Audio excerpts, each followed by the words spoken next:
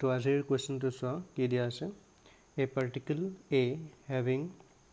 A charge of কিমান দিয়া আছে 5 into 10 to the power minus 7 coulomb দিয়া আছে is fixed in a vertical wall এখন ওয়ালত তোমাৰ তাক ফিক্স কৰা আছে a second particle b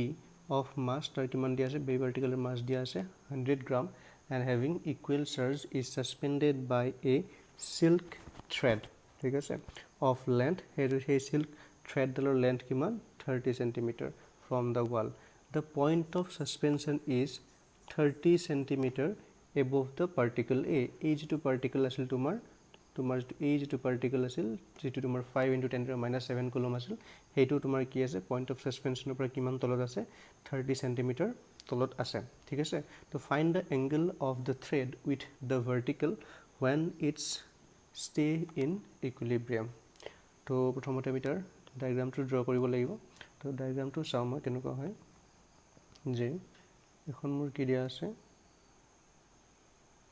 ওয়াল দিয়া আছে হল তো এই ওয়ালখন ওয়াল দিস ইজ দ্য ওয়াল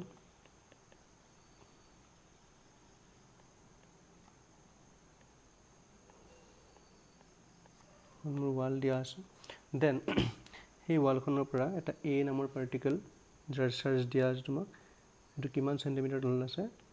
তোমাৰ পইণ্ট অফ সাসপেনশনৰ পৰা 30 সেন্টিমিটাৰ তলত আছে ঠিক আছে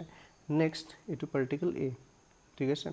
দেন আৰু এটা তোমাৰ পাৰ্টিকল আছে হেতু আছে কিমান এই পইণ্টৰ পৰা কি কৰিছে 30 সেন্টিমিটাৰ দূৰতে থৈছে হল এটো পাৰ্টিকল হৈছে বি যাৰ চাৰ্জ তোমাৰ এৰ যিমান চাৰ্জ আছিল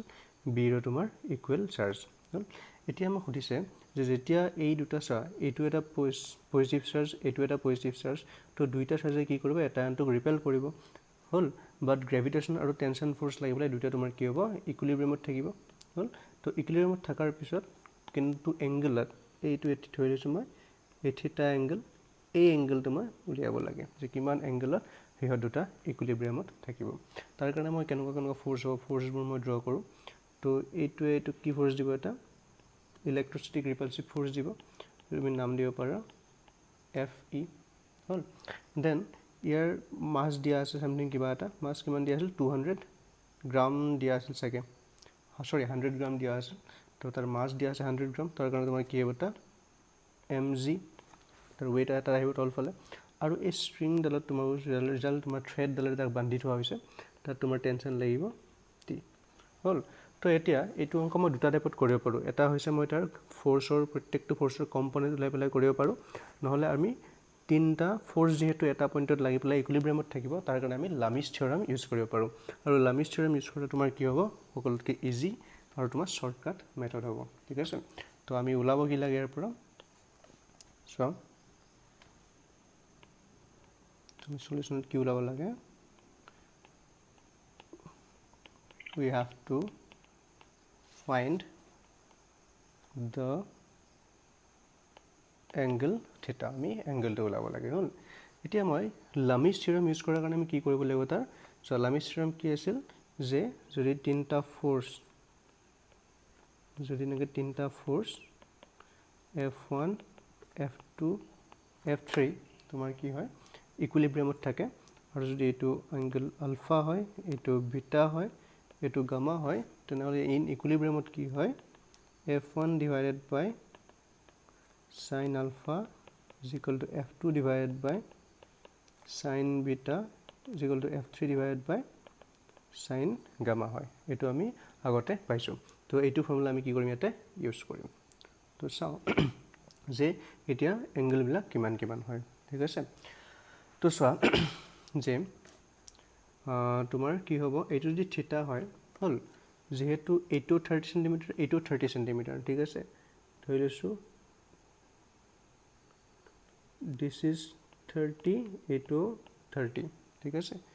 হল যদি 30 হয় তো এইটো আৰু এইটো এংগল তোমাৰ কি হ'ব ইকুৱেল হ'ব ঠিক আছে আৰু এইটো এংগল যদি থিটা হয় তো এইটো আৰু এইটো এংগল তোমাৰ কি হ'ব লাগিব ইকুৱেল হ'ব লাগিব তো যদি ইকুৱেল হ'ব লাগে কিমান হ'ব লাগিব এইটো হ'ব 90 minus theta by 2 এইটো হ'ব 90 minus theta by 2 কাৰণ এই সাইড দুটা ইকুৱেল তো এই সাইড দুটাৰ অপোজিট এংগল গিটা তোমাৰ কি হ'ব ইকুৱেল হ'ব আৰু গোটেই গিটা এংগল মিলি পেলাই কিমান হ'ব লাগিব আমাৰ 180 হ'ব লাগিব আৰু 90 minus theta by 2 plus 90 minus থিটা বাই 2 প্লাছ থিটাটো কিমান হ'ব দুটাই মিলি পেলাই ট্ৰাইংগলটো তোমাৰ 180 ডিগ্ৰী হ'ব লাগে সেইকাৰণে এইকেইটা এংগল কিমান হ'ব তোমাৰ 90 মাইনাছ থিটা বাই 2 এইটো এংগল কিমান হ'ব 90 মাইনাছ থিটা বাই 2 হ'ল এতিয়া চাওঁ বাকীকেইটা এংগল কিমান হয় এইটো পালোঁ মই 90 মাইনাছ থিটা বাই 2 এতিয়া চাওঁ এম জিৰ অপজিটৰ এংগলটো ওলাব লাগেতো তাৰ কাৰণে তুমি কাম কৰা ইয়াৰে এই ৰঙাডালৰ এই ৰেড যিডাল টেনশ্যনৰ পাৰপেণ্ডিকুলাৰ তুমি এটা লাইন ড্ৰ কৰা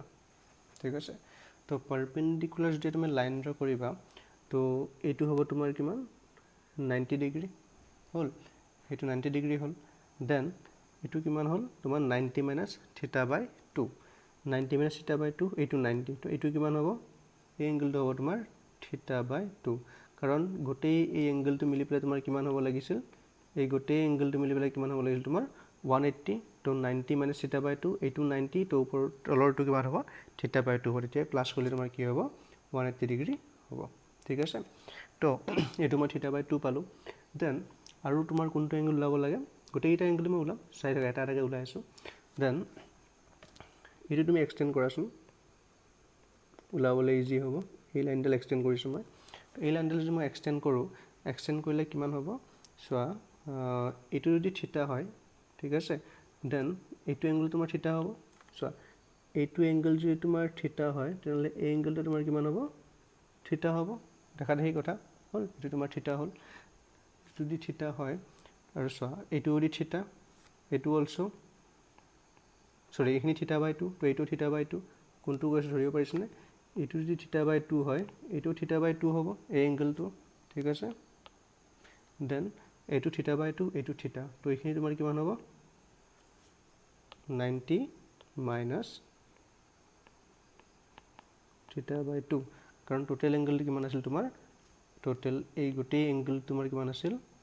90 আছিল এই গোটেই এংগলটো হ'ল ওপৰখিনি যিটো থিটা বাই 2 তলৰখিনি কিমান হ'ল 90 মাইনাছ থিটা বাই 2 তো তোমালোকে এইটো আৰু ক'ব নিজে এবাৰ ভাবি চাবা মই ইয়াতে যিখিনি দেখাইছোঁ বুজাবলৈ ট্ৰাই কৰিছোঁ দেন এতিয়া আমি লামিছ থিয়ৰম ইউজ কৰিম তো লামিছ থিয়ৰমত কি হ'ব ইউজিং লামিছ থিয়ৰম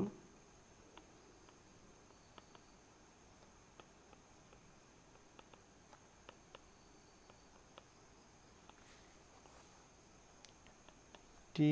ডিভাইডেড বাই কিমান হ'ব টিৰ তলত এংগল কিমান আছে চোৱা টিৰ অপজিট কিমান আছে থিটা দেন চোৱা টিৰ অপজিট এংগল আছে এই গোটেইখিনি কিমান চোৱা সাইন অফ থিটা প্লাছ 90 মাইনাছ থিটা বাই 2 হ'ল দেন টি তাৰপিছত তোমাৰ কিমান থাকিল আৰু এটা ফ'ৰ্চ থাকিল তোমাৰ এফ ই তো এফ ইৰ অপজিটত তোমাৰ কিমান এংগল আছে চোৱা এফ ইৰ অপজিটত চোৱা তোমাৰ সাইন অফ কিমান হ'ব 180 মাইনাছ থিটা হ'ব চোৱা এফ ইৰ অপজিটত 90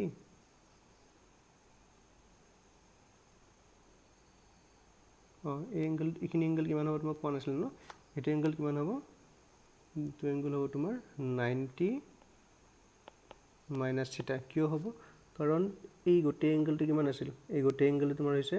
90 ডিগ্ৰী এই পাৰ্টটো যিটো থিটা হৈ গ'ল তো এইটো পাৰ্টটো কিমান হ'ব 90 মাইনাছ থিটা হ'ব তো গোটেই এই এফ ইৰ অপজিটত কিমান কিমান ফ'ৰ্চ আছে চোৱা সৰি এংগলটো কিমান কিমান আছে 9 মই তোমাক আকৌ দেখাই দিছোঁ 90 মাইনাছ থিটা হ'ল দেন থিটা বাই 2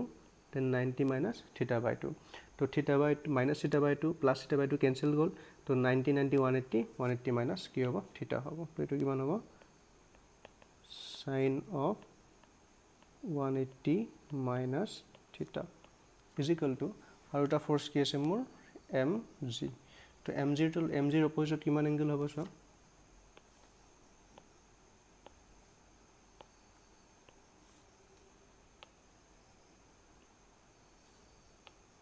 এম জিৰ অপজিটত কিমান এংগল আছে তোমাৰ চোৱা এম জিৰ অপজিট এংগল আছে তোমাৰ থিটা বাই 2 90 হয়নে এইখিনি তোমাৰ 90 আছে আৰু থিটা বাই 2 আছে তো লিখা কিমান আহিব সাইন অফ 90 প্লাছ থিটা বাই 2 তো এইটো তুমি যদি লিখা কিমান আহিব T divided by sine of 90 plus theta by 2 equal to fe divided by sine of 180 minus theta মানে কিমান হয় sin theta is equal to mg divided by sin 90 plus theta by 2 এতিয়া তুমি চোৱা তুমি যদি কি কৰো এইটোৰ লগত যদি এইটো ইকুৱেল কৰো কিমান আহিব চোৱা t divided by sin 90 plus theta by 2 directly equal কৰি দিব পাৰো mg is equal to t হলো এবাৰ লিখি দিছো sin 90 plus theta by 2 ter পৰা tension t is equal to কিমান পালো মই mg মোৰ ভ্যালু কিমান আছিল আমাৰ 100 গ্রাম g এর ভ্যালু 10 তো এটো মই কেজিত লিখো 100 divided by 1000 into 10 মানে কিমান হ'ব 1 মানে t এর ভ্যালু মই কিমান পালো 1 পালো হল নেক্সট মই উলাব লাগে কি এতিয়া সো নেক্সট আমি উলাম এই দুটা ইকুৱেল কৰা এতিয়া তুমি এইটো ইকুৱেল কৰিম হল তো কি হ'ব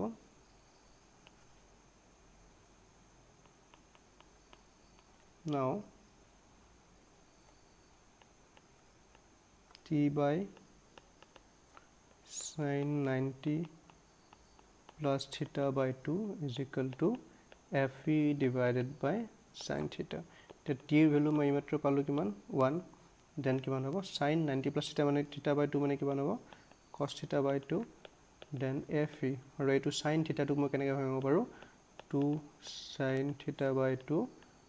cos theta by 2 to cos theta by 2 cancel যাব তো cos theta by 2 cos theta cancel কল তো কিমান আহিব sin theta by 2 is equal to fe by 2 তো fe এতিয়া মোক লাগে fe লাগে তো fe টো কেনেকৈ উলাম সো fe মানে কি জানো আমি ডাইৰেক্টলি এটাই কৰি দিও sin theta by 2 fe মানে মই কি জানো হাফ টু বাহিৰত লিখা k q1 q2 by r square तो q1 q2 দুইটা যেহেতু সেম চার্জ মানে 5 into 10 to the power minus 7 whole square divided by কি হ'ব r square এটা ডিসটেন্স টো কিমান হ'ব আমি চাও চোৱা যে এটো কিমান আছিল চাৰ্জত আমাৰ ডিসটেন্স লাগে ন এটো 30 cm this is also 30 cm আমাক লাগে এই ডিসটেন্সটো আৰু এইটো এংগল কিমান আছিল থিটা তুমি মাজৰে ডিভাইড কৰি দিয়া এইটো এংগল কিমান হ'ব theta by 2 this is also theta by 2 তো এখানে যদি x বুলি ধৰা তো x এৰ ভ্যালুটো কিমান হ'ব কোৱা আমি কি জানিম sin of theta by 2 equal to x by 30 তো x is equal to কি হ'ব 30 sin theta by 2 এখানে যদি x এখানে x তো টোটাল ডিসটেন্সটো কিমান হ'ব টোটাল r ডিসটেন্সটো কিমান হ'ব twice x মানে 60 sin theta by 2 হল আৰু এটো কি হত আছে তোমাৰ সেন্টিমিটাৰত আছে হল তো সেন্টিমিটাৰ পৰা মিটাৰলৈ কনভাৰ্ট কৰিব কাৰণে মই কি কৰিবলো 10 to the power minus 2 ৰে মাল্টিপ্লাই কৰিব লাগিব তো লিখা ইয়াতে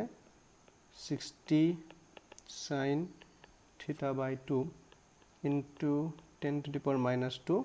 whole square হল তো এটা কাম কৰা এতিয়া sin theta by 2